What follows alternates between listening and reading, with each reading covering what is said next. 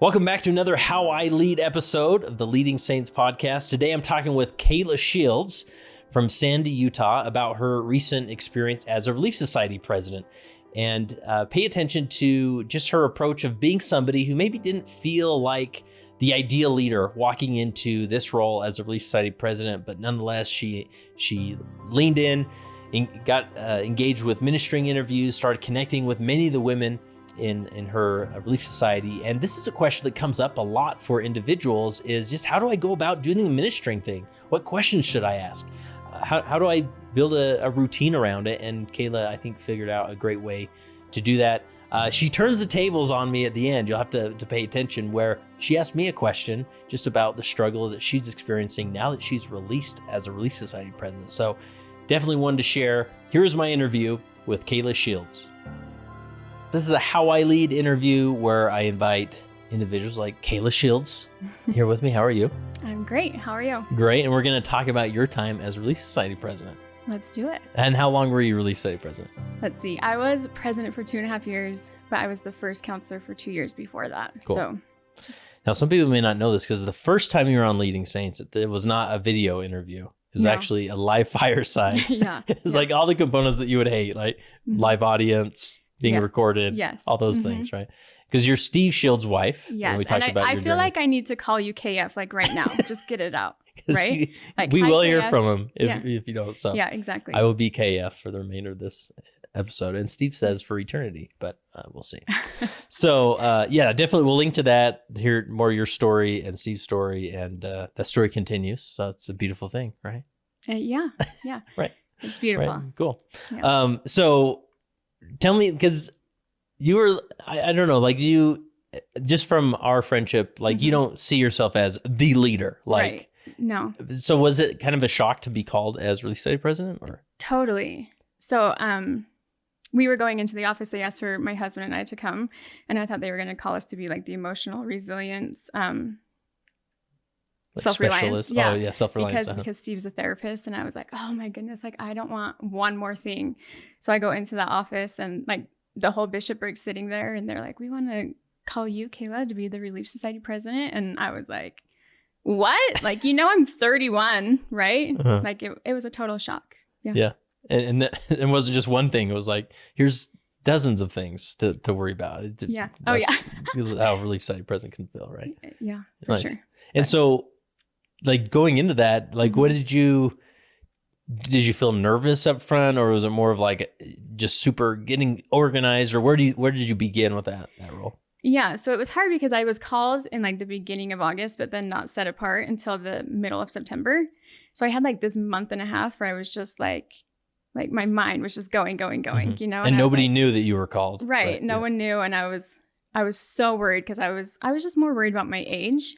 And I was like, these old women like aren't going to like me. And how am I going to connect with them? And the Relief Society president before me was in her mid 60s. So I was like, man, I'm just going to be a shock, and I'm not going to know what to do. And people aren't going to like me and all of that. And I went through that for that solid month and a half up until I was set apart.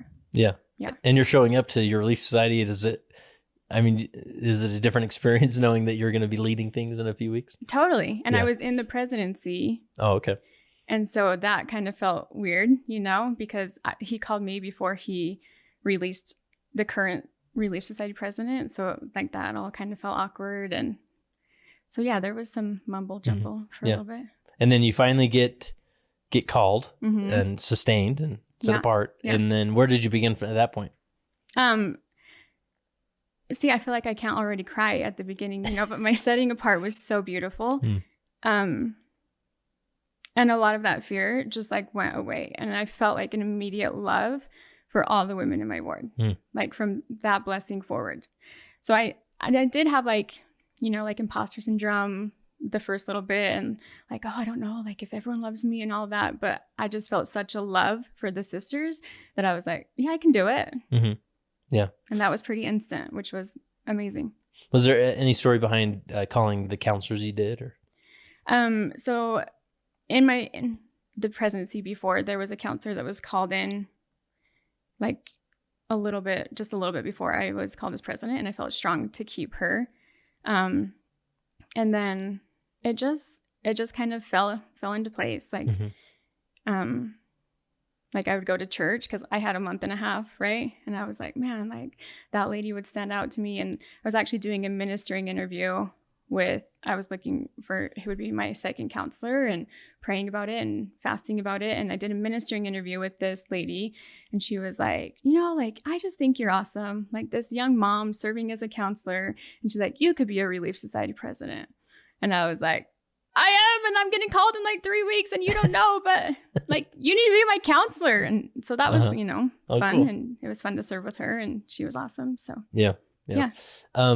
Anything like looking back now with hindsight of the ministering interview dynamic, like what worked, what didn't, what was hard? Yeah. What comes to mind? So you got in my head actually with the ministering interviews, because I listened to a few podcasts where you said the president should be doing all the interviews, and I was like, oh my gosh, like should I be doing all? And I think I even like talked to you when you were talking to Steve one time, and I was like, Kurt, like they're not doing all the interviews, like should I be doing them? And but we kind of got in a rhythm of it, and we like had it all like calendared out in our system, and it worked well. And ministering interviews were hands down my favorite part of my calling. Wow. Yeah. Nice. Would you have expected that from the beginning? Or? No. Yeah.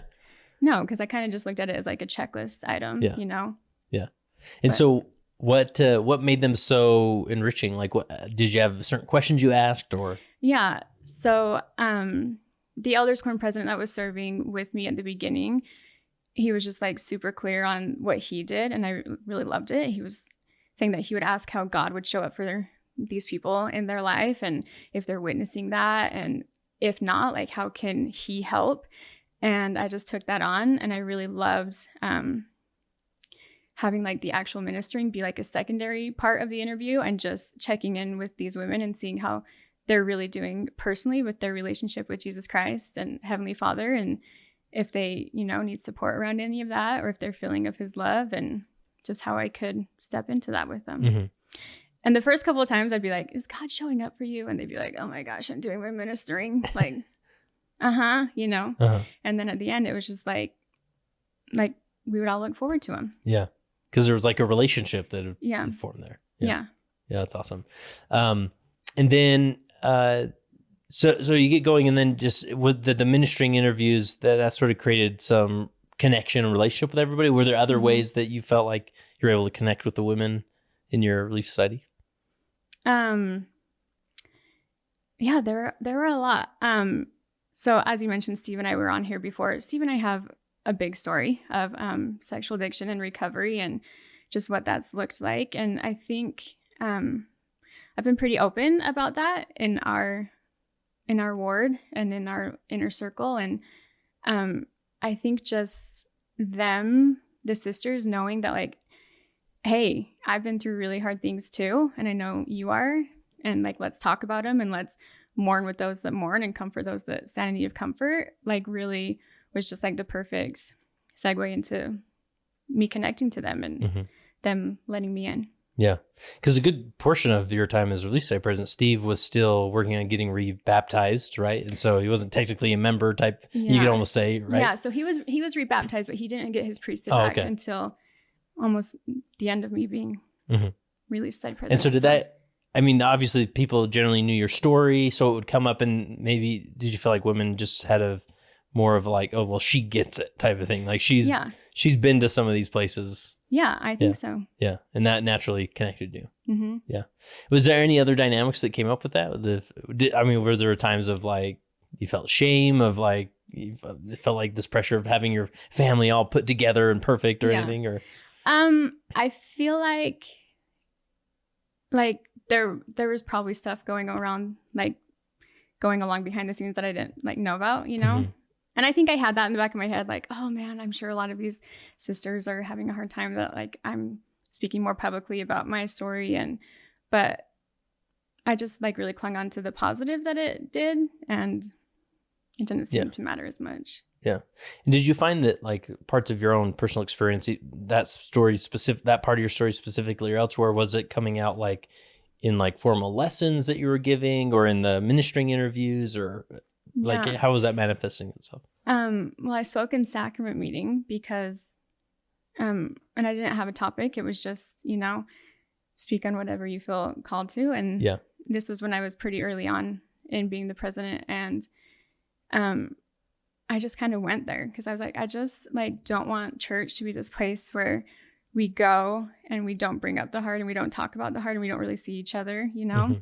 So I said, like, when we first moved into this ward, I was 24 years old and my husband had just served as a bishopric counselor and he was a young high priest. And I think that most people just thought we had our life together, you know? And that 24-year-old was just like so broken and so hurt and so lonely. And then I just kind of said, like, I wish I would have let you all know what I was going through, because at that time I needed support and I needed friends and I needed people in. And so I just more like invited them to like help me fulfill my calling as Relief Society president by letting me know they're hard. Yeah. And then I feel like that opened the floodgates, you know? Yeah. Mm-hmm. And so did you witness sort of a shift in how women were talking to you or opening up to you then? Totally. Yeah. Yeah, I feel like from that week forward, like people were much more open with me. Yeah. And I almost like that format of like of a sacrament meeting, Mm-hmm. like a little more formal, but it's like, you know, and you really have that attention to tell your story rather than in a Relief Society, you know, lesson or whatever that, Right. you know, you can really get to know somebody and their testimony and their journey by in that part, right? Nice. Yeah. As far as like, and this plays in one of the principles you put down is just leading out with this acceptance of all, right? Mm-hmm. Like any stories or dynamics come to mind when you think of that principle? I think, I feel like there's a lot of examples of that. I think just going back to like, I feel like my story, it made it easier for me to accept other people with what they were going through. Mm-hmm.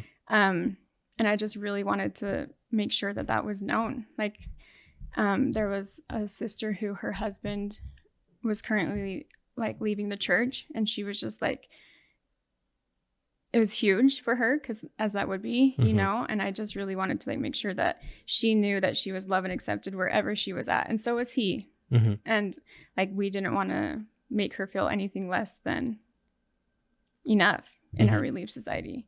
And I really tried to be very accepting of what everyone was going through, because I didn't want people to judge me for what I was going through personally. So why would I judge them for what they're going through? Yeah. Yeah. And as you reach out to someone like that, like, is it, was there anything outside of those maybe more standard routines of like doing visits or dropping in on somebody, or maybe there were just promptings that came, but anything outside of the typical stuff that a Relief Society president does that helped you connect? It was weird. I feel like I almost like could walk into Relief Society and just be like, man, like that person needs some extra love this week, you know? Or when I would go to church, I would really just pray to like sit by the person who needed someone, or, you know, just be led to that person. And I feel like it was amazing, like the way that I would just be led to them and just plug into them a little bit extra that week and see, you know, what's going on with them and how the Relief Society or how I could help them out. Mm-hmm. That's awesome. Yeah. Going back to ministering interviews, what was the, like with your counselors in the works, like what was the cadence you had as far as how often, and then you like, where did you do it at church, or how would you get people to actually show up? Yeah. We did them at the church, and I did use my counselors. But we just like put it on a calendar, because I was like, when I hated being called as like, when I wasn't the president, being called in March for a ministering interview and then being called in April, you know, and I'm like, whoa, I just had one, but like, I know that we're in a new quarter. So we just calendared like each district out, and we just did District 1 in January, District 2 in February, District 3 in March.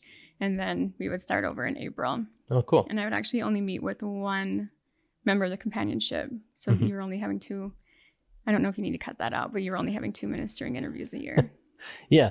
Well, and that's, I know that I think the wording's like preferably in companionships. And I see a lot of elder quorum presidents, Relief Society presidents, like make this extra effort at getting them to, but at the same time, if I was to do it again, like there's just so much power in a one-to-one dynamic, Right. where the companion's not there, and you'll still meet with the other person, and And maybe it's a little extra work, but it's so much worth it. Just, not putting the pressure on yourself of having both companions there. Well, I think about that 24-year-old Kayla who would go to these ministering interviews with my companion, and I'm never going to be like, hey, actually, Relief Society president, like, I'm having a really hard time with my husband's betrayal, and I feel super alone and super scared, and I don't know where I stand with all of this, and I could use that support. I'm never going to do that when my companion that I don't know is sitting there, you know?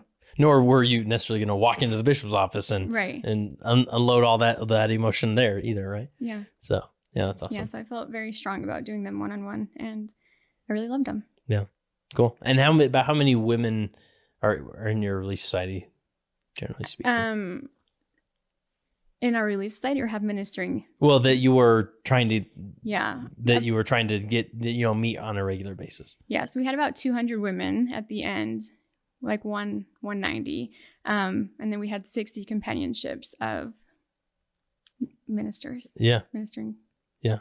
So, I mean, that's a good so we list did about of ladies, 20 a month. Cool. Yeah. Awesome.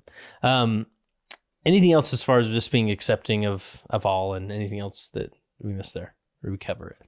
No, I think we nailed it. We nailed it. Bingo. Lean into the awkward. You love a good awkward moment, right? I love it. Yeah, and I feel like I make them awkward when I'm like, is it awkward? Right. So tell me more about that, or if we haven't covered it already. I think it goes along with the accepting,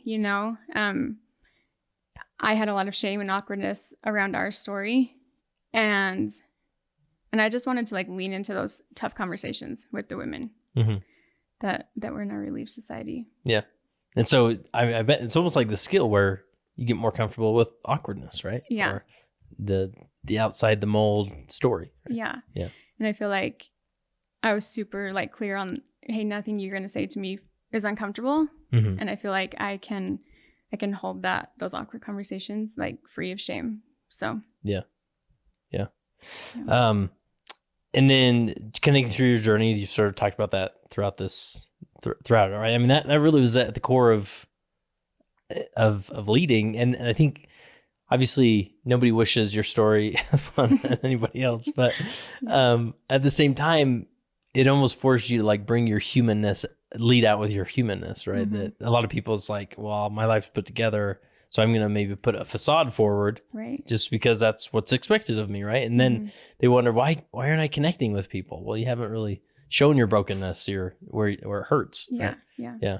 So any advice on, I don't know if it's so difficult as far as being that Relief Society president, willing to put that out there, put your heart out there. If somebody's struggling with that, I mean, is there any advice that comes to mind? I just think that women especially are, well, I don't know, men. I don't know men as well as I know women, but I think that if you're serving as Relief Society president and you can be a little bit vulnerable, like just even a little bit, it will connect you so much better to the women, and they'll feel like that instant bond to you, and you'll be able to share your testimony in a much, realer light. Yeah. Yeah. Just give it a little bit, right? Just an inch and see where it goes, right? Yeah. Anything worth mentioning as far as working with the bishop, the elders quorum president, just that dynamic, that administrative dynamic that worked or didn't work? Or I really loved our bishop and our bishopric. They were fun to meet with. And our elders quorum presidents, I was able to have two while I was serving as Relief Society president. And it was funny because they're so different from each other, and it was just kind of funny, like seeing the different dynamic of each person. Like we would have like this joking relationship that was so fun. And then also like when things got real and things got hard, like they were there, to support me in that, and that we could all work together. So I just knew that like they had my back, and I had theirs, and we worked well together that way. Yeah. I did laugh sometimes when I was like, oh man, this just seems like a bunch of dudes came up with these crazy ideas in bishopric meeting, and like, let me give you a women's perspective on some of these, and we would laugh and joke about that a little bit. But So you usually felt comfortable like stepping in and be like, wait, before you move forward, yeah, let me give you some perspective, right? Yeah. And they would do the same for me, Yeah. Yeah. Yeah. anything about, did you meet did you have a regular monthly meeting with the bishop? Was it mainly just ward council settings where that happened? Or? Yeah. So we had ward council on the 1st and 3rd weeks of the month. And then on the 2nd, I had a personal PPI with the bishop. It was also hard because the bishop was my next door neighbor. Oh, so yeah. I feel like every Tuesday afternoon was an individual PPI, like, hey, let's talk about this real quick. Or, but I really loved those moments. I feel like we talked a lot during the week, and those PPIs were really just for where I was at personally and the things that I'm struggling with. Because Steve and I weren't perfect, he didn't have his priesthood. That was hard. And sometimes I would just cry in those PPIs, yeah, I feel like I'm supposed to be there for everyone else. And I need someone here for me right now. And he held that really well. And that was really great. And then, so that was the 2nd Sunday. And then on the 4th Sunday, we had a correlation meeting with the bishop, this elders quorum president, and me. Yeah. And we would kind of just discuss the needs more in depth. Tell me about different activities you had, because there was one activity you invited me to come speak. Was that before you were called? That was before I was president. You were a counselor. Yeah, I was a counselor. That's right. Okay. But I felt like you did some unique things. Anything with activities that worked, didn't work, or what comes to mind? Yeah. So I was very strong on we will have an activity every month, and I think a lot of people were like, oh my gosh, that's a lot of activities.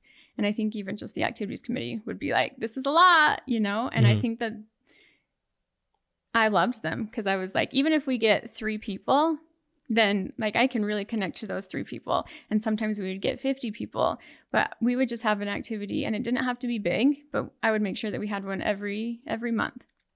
And they were all good except for when we got salmonella. We had some food poisoning at one of our events. What ward hasn't, right? In the world of potlucks, it was pretty extreme. So other than that one, I feel pretty great about the activities and the way it connected us as a ward. It was a potato salad or something. What was it? Well, I don't want to put them on blast, but it was a company. A company that we had catered. Okay. But then there were a couple potluck items, so it wasn't a for sure thing. But yeah, it came from somewhere. I didn't eat any of the potluck items. I'm just saying that, and I've never been that sick. Wow. So, but even that, I'm we can joke about it, but I'm I have all these new group texts from people who just started with these salmonella symptoms, and it's been relationships that have kept going. So I have this new little friend group that started as oh my gosh, my stomach hurts so bad. Are you guys experiencing these symptoms? And they continued, So I'm I hate to say that salmonella formed friendships, but it did. There's the title of this episode. Salmonella Forms Friendships. Yeah. That's beautiful. Yeah. Call the Leona. The story needs to be in there. Oh, so. Yeah. Nice. Anything else with the activities that come to mind, or does that cover it? No. And I love just the monthly. I think my new ward has that with my wife. Just a monthly. I think it's the 2nd Thursday, right? It's yeah, we do the 2nd Tuesday. Okay, and sometimes they're grandiose, other times they're very simple. Yeah. But really, the reason we go to activities is that connection point, right? Not that you want to learn that recipe or paint that block of wood or whatever. Right. So, so you had a Relief Society activities committee that would just spearhead that? Yeah. So one of my counselors was the head of that. And then we had an activities chair, and then she had a few people to help. And then one of my counselors overseed them. Mm-hmm. And you just knew clockwork it was happening. Yeah. I just showed up. I was what are we doing? Yeah. Where's the food? Nice to salmonella. Yeah. So then the activity on the Sunday, as far as it and Relief Society, did you have set teachers that just rotated through, or was there anything unique you did with the Sunday meeting? So the first year I didn't have any teachers called, and we just asked different women to teach, which was great. And then it started to be a little much, and I'm okay, let's just get teachers. But I really did love hearing from different women. There was one that went a little bit I don't know if we should be saying that. So after that, I did call teachers. But the first year of it, we just had different people teach every week. Yeah. And it was great to hear different voices and different testimonies and different experiences. Mm-hmm. But then we did call, we had 2 teachers, so they would just teach once a month. And then we combined stakes last year. So we called a 3rd teacher. So yeah, they would just rotate. And that stake combination put more people in your ward? Mm-hmm. Is that we about doubled. Oh, wow. Yeah. Wow. Cool. It's crazy. Was there anything you did during that time with suddenly you have a new list of people? Yeah. I mean, did you visit them or like just put them in the ministering rotation or what? Oh man. Yeah. It was hard and scary. Well, the worst part is that they combined the ward, and then I went on like an 11-day vacation, like 4 days after that.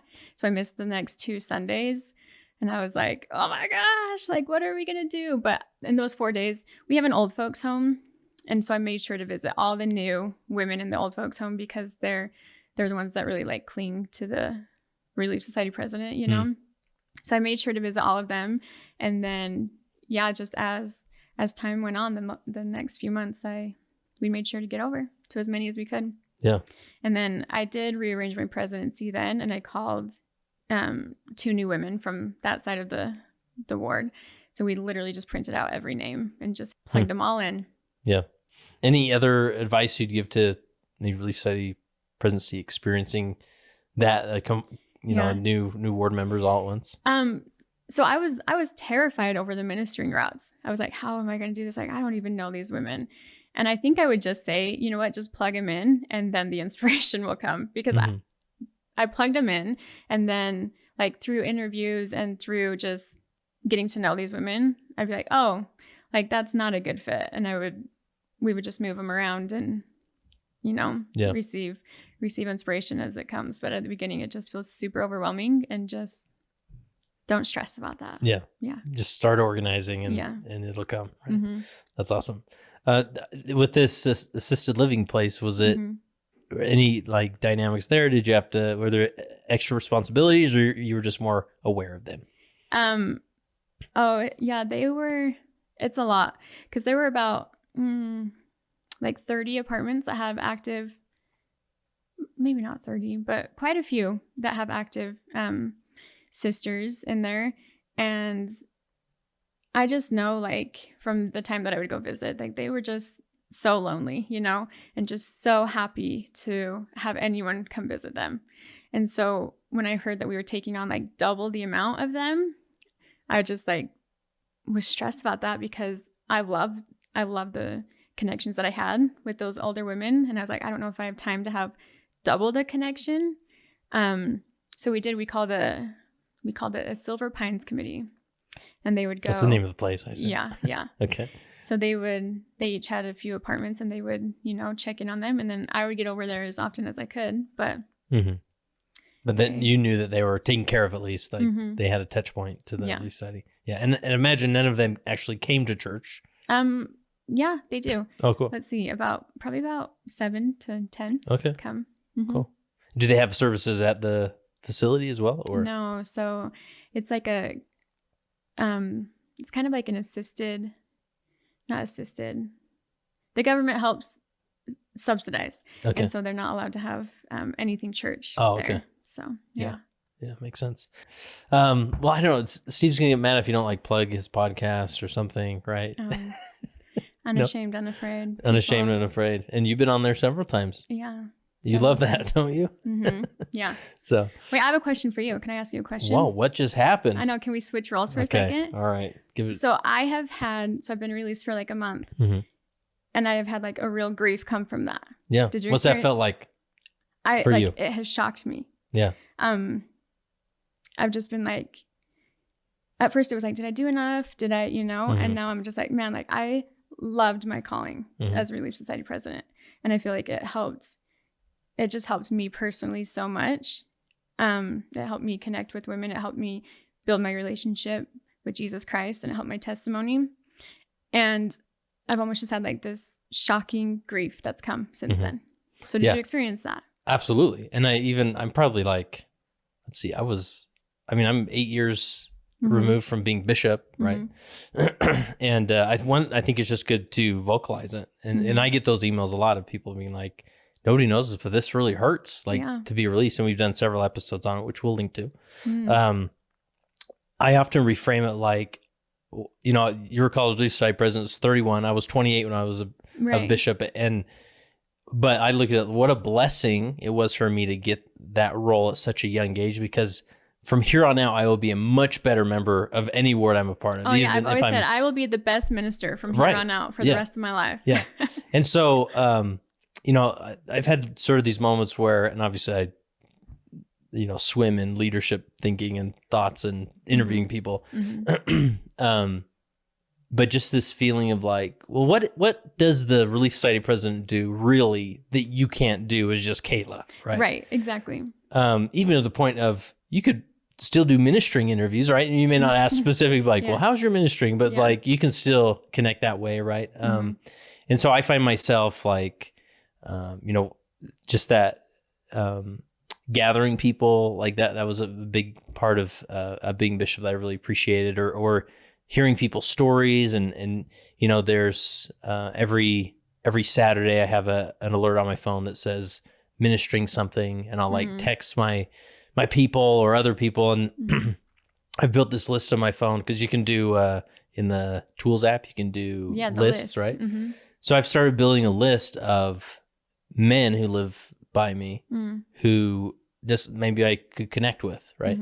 And so I had a when was it, last week on a Thursday night, I invited a bunch of guys over to my house. It looked like I had nothing planned. I went to Costco and bought a bag of something frozen, and I was going to cook that up and just invite the men over. And it was phenomenal. But I texted this one guy. I said, hey, we're getting together at 9. You should come. He's like, oh, actually, I'm at the NICU with my baby. I'm like, whoa, what is happening? What's going on? And he's like, my baby is like 9 months old, and he's on a second round of heart surgery. I'm like, whoa, right? And so now I'm in this bishop state of like, I can be like, well, good luck, man. Like, we'll be praying for you. Or I could like really step into that. And so a few days later, I reach out to him like, how's he doing? Like, what's up, right? Now, for that individual, he's had a shepherding moment from the ward, right? And so, you know, we sometimes in our culture, we really put these like the Relief Society president up on a pedestal, or the bishop, like these people are great. But at the end of the day, and this is one of the many heretical things I say, nobody has it easier than the Relief Society president and the bishop, because the service opportunities come to you on a platter. It's like, here they are. Which one would you like to choose today? Totally. But when you're out of that, you got to work for it, right? Yeah. It doesn't just come to you, but it's so rewarding to still class, you know, the old ad, you know, once a bishop, always a bishop, once Relief Society president, always a Relief Society president. And so it really is of just this being proactive of, you know, inserting yourself into the lives of people and walking in the Relief Society. Hey, that sister needs something, and I don't even have to sit in the front anymore. I don't have to worry about the lesson. I can literally sit by her and do that, right? But the morning's real. Yeah. And I think it's part of just with all things in life of like, you just kind of feel it and recognize the blessing it was. And hopefully something like that happens again. But no, I've been shocked by how hard that's hit me, even though I knew that it was the right thing and the right time for me to be released. Right. But and there almost needs to be like a support group. Yeah, that's what I'm saying. Maybe I'll start one. Hey. A post we'll sponsor society. It. Yeah, okay. But it really is like I often tell stake presidency members, like, who's the last bishop you released in your ward? Like, when's the last time you talked to him? Like, there should be a bishop who's released, or at least the president who's released, should have somebody connect with them at least every other week for at least 6 to 12 months. Because I like that. That morning, there can be some shame behind it. Like, oh, like, why do I feel like I got to be the leader? You know, when in reality, it's not that you want the leadership. It's such a beautiful experience to be part of. You know? Yeah, I love that. Anything else for the Kayla podcast? You want to answer? Any other questions that I have? No. Thanks for answering that. Yeah.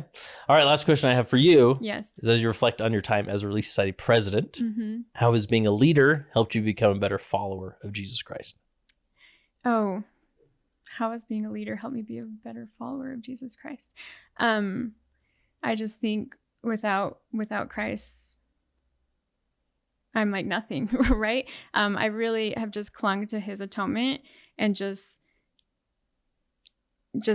held on to the fact that because he has the scars he has, like I can make mistakes and that I can learn and grow and still be a good person. And so I think that I've just really clung to the atonement of Jesus Christ and just really held true to the fact that I'm not going to do things perfectly, but I can, try again and just work a little bit harder, and God loves me no matter what.